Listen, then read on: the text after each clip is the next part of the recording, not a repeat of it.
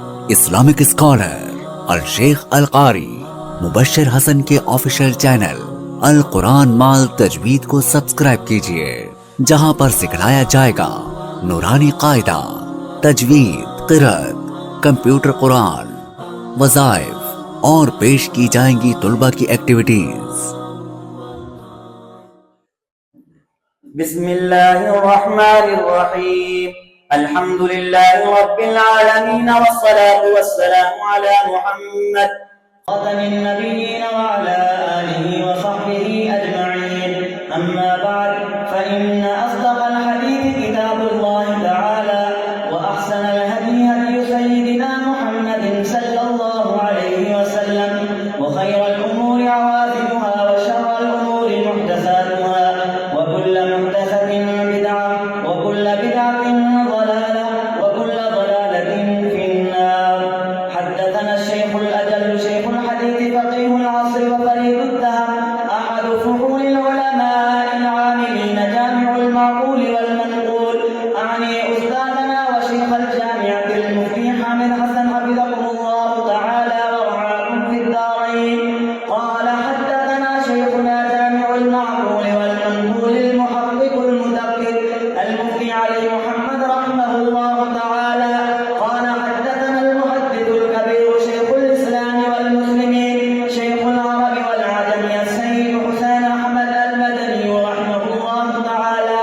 قال حدثنا شيخ الهند محمود الملة والدين مولانا محمود الحسن الديوبندي رحمه الله تعالى. قال حدثنا الإمام المحقق الفقيه والمفسر العالم الرباني سيد الطائفة الديوبندية حجة الإسلام وقاسم العلوم والخيرات الشيخ مولانا محمد قاسم النانوتبي رحمه الله تعالى. قال حدثنا الشيخ عبد الغني بن سعيد المجددي الدهلوي ثم المدني والشيخ أحمد علي سهرانفوري رحمه الله تعالى. قال حدثنا الشيخ أبو سليمان إسحاق المحدث الدهلوي رحمه الله تعالى. قال حدثنا الشيخ عبد القادر المحدث الدهلوي رحمه الله تعالى. قال حدثنا الشيخ الشيخ عبد العزيز المحدث الدهلوي رحمه الله تعالى. قال حدثنا مفتي الهند الشيخ ولي الله أحمد بن عبد الرحيم الدهلوي رحمه الله تعالى.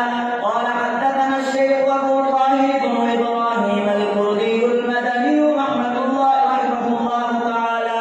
قال حدثنا والدي الشيخ إبراهيم بن الحسن بن شهاب الدين القراني الشعبوري الكردي الشافعي ثم المدني رحمه الله تعالى. قال حدثنا الشيخ أبو إسحاق صفي الدين أحمد بن محمد القشاشي المالكي ثم الشافعي رحمه الله تعالى. قال حدثنا الشيخ أبو المواهب أحمد بن علي بن عبد القدوس الشنابي المصري ثم المدني رحمه الله تعالى. قال أخبرنا شمس